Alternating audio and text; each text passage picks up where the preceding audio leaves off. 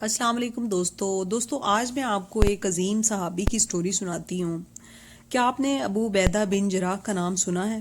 کس کس نے ابو عبیدہ بن جراح کا نام سنا ہے؟ امین الامت، جن کے بارے میں فرمایا گیا کہ یہ میری امت کے امین ہیں۔ امین کا مطلب تو آپ کو پتہ ہی ہوگا، جی ہاں، امانت سے ورڈ امین نکلا ہے۔ تو ابو عبیدہ بن جراح بیسیکلی اگر میں ان کی سٹوری آپ کو سنانا شروع کروں تو 1 گھنٹہ ہی گزر جائے گا، پر مختصراً جو واقعہ میں آپ کو بتانے والی ہوں وہ کچھ اس طرح سے ہے کہ ابو عبیدہ بن جراح ایک گریٹ ویریئر تھے، یعنی عظیم جنگجو تھے۔ 12 سال کی عمر میں ان کے والد جو ہیں ان کو ریسلنگ سکھا رہے تھے 12 سال کی عمر سے، اور جنگجو بنا رہے تھے۔ Ultimately he became the governor of the Syria, Damascus. حضرت عمر کے دور میں دماسکس مسلمانوں کے پاس تھا اور وہ دماسکس کے گورنر تھے۔ دماسکس اس دور میں بہت عروج پر تھا، یعنی آج کے دور میں جیسے یورپ یا امریکہ ہے، اس دور میں دماسکس بہت مشہور تھا اس طرح۔ دوستو، دماسکس دراصل مسلمانوں نے رومن سے فتح کیا تھا، رومن امپائر تھا وہاں پہلے۔ ابو عبیدہ بن جراح جب دماسکس کے گورنر بنے تو ان کا لائف سٹائل بہت سمپل تھا، اور اسی جگہ ان سے پہلے ہرکلیس رہتا تھا۔ ہرکلیس کا نام آپ لوگوں نے کئی سٹوریز میں بھی سنا ہوگا۔ تو حضرت عمر جب یروشلم گئے وہاں کی کیز یعنی چابی لینے، کیز کس سے لینی تھی؟ پادری سے، یعنی پریسٹ سے لینی تھی، پادری جو یروشلم کا تھا۔ یروشلم جب مسلمانوں نے فتح کیا تو حضرت عمر کو اس پادری نے کہا کہ ہم آپ کو کیز نہیں دیں گے بلکہ آپ کے کنگ کو کیز دیں گے، یعنی آپ کے خلیفہ کو خود آنا پڑے گا کیز لینے کے لیے۔ ظاہری بات ہے، وہ جو پادری تھا وہ بھی ایک ایلیٹ کلاس سے بلونگ کرتا تھا، تو اس نے کہا کہ اپنے کنگ کو بلائیں، یعنی کہ جو گورنر ہے اب اس کو ہم جو ہے وہ کیز دیں گے۔ تو حضرت عمر بہت لمبا سفر کر کے آئے دماسکس واپس۔ تو حضرت عمر اپنے گورنر کا لائف سٹائل دیکھنے کے لیے اچانک ان کے گھر پہ یعنی کہ چھاپا مارا کرتے تھے۔ تو حضرت عمر نے ابو عبیدہ سے کہا کہ بہت لمبا تھکا دینے والا سفر تھا تو چلو تمہارے گھر چلتے ہیں۔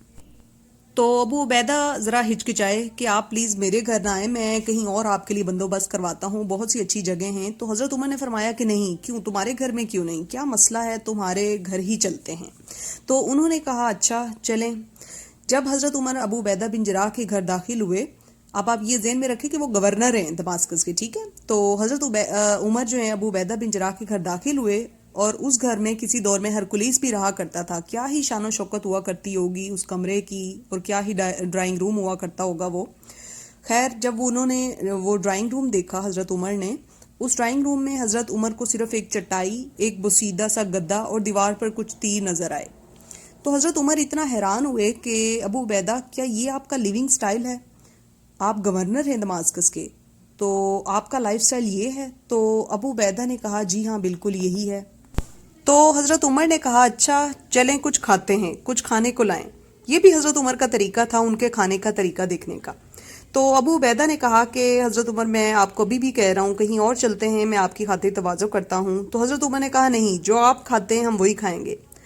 تو ابو عبیدہ ایک پرانا سا پیالہ لائے، اس میں روٹی کے کچھ ٹکڑے تھے، کچھ کھجوریں تھیں اور ساتھ پانی تھا۔ تو حضرت عمر شاکڈ ہو گئے بالکل، وہ بہت حیران ہوئے کہ آپ گورنر ہوتے ہوئے بھی آپ مطلب اتنا سادہ کھانا اور ایسا کھانا کھاتے ہیں حالانکہ آپ گورنر ہیں۔ تب حضرت عمر نے یعنی کچھ ایسے الفاظ کہے جو کہ روح کو جھنجھوڑ دینے کے لیے کافی ہیں۔ تو دوستو، میرا بیسیکلی مقصد آپ کو یہ کہنا نہیں ہے کہ آپ لوگ بھی چٹائی پر آ جائیں یا ایسی خوراک کھائیں اور جس میں صرف روٹی کے کچھ ٹکڑے ہوں اور یہ ایک سادہ سا پیالہ ہو، نہیں، بالکل ایسا میرا مقصد نہیں ہے آپ کو کہنے کا۔ لیکن صرف اس وقت چونکہ ان کی پوزیشن دیکھی جائے کہ وہ گورنر تھے ماشاءاللہ، تو اس کے باوجود وہ اتنی سمپل لائف گزار رہے تھے، تو تب حضرت عمر نے فرمایا کہ ہمیں جو ہے دنیا نے بہت یعنی متاثر کیا ہے، لیکن وہ تم پہ کوئی اثر نہیں کر سکی۔ کیونکہ انہیں صرف اور صرف اسلام کی سربلندی سے مطلب تھا، انہیں دنیا نہیں چاہیے تھی، وہ صرف اسلام کی تبلیغ کے لیے کہ اسلام کا بول بالا ہو، اس کوشش میں وہ مطلب کہہ لیں کہ لگے رہتے۔ تو پھر حضرت عمر نے فرمایا کہ آپ واقعی ہی ٹرسٹ وردی ہیں، یعنی قابل اعتماد ہیں، اس امت کے امین ہیں۔ یعنی ان کو جو لقب دیا گیا وہ بالکل صحیح لقب تھا ماشاءاللہ ان کے لیے، جو ان کی پوزیشن پہ فٹ ہوتا تھا۔ تو دوستوں کہنے کا مقصد یہ ہے کہ اللہ تعالیٰ نے انہیں کتنا یعنی کہہ لیں ایک رتبہ ایک عہدہ دیا، لیکن اس کے باوجود ان کی جو تھی اٹینشن، ان کی جو پوری توجہ تھی وہ پوری طرح سے اپنے مشن کی طرف تھی، نہ کہ دنیاوی مال و دولت اکٹھا کرنا۔ حالانکہ گورنر اگر چاہے تو اس کے پاس کافی دولت اکٹھی ہو سکتی ہے، اگر وہ مطلب یعنی کہہ لیں کہ ڈفرینٹ مینز، مختلف ذرائع سے وہ اپنا پیسہ اکٹھا کر سکتا ہے، لیکن وہ اس وقت کے گورنر تھے ماشاءاللہ، انہوں نے صرف اور صرف اپنے کام پر توجہ دی، ان کا مشن کیا تھا کہ اسلام ہر طرف یعنی کہنے پھیل جائے، اسلام کا بول بالا ہو، سب کچھ جو ہے وہ اسلام کی سربلندی کے لیے ہونا چاہیے۔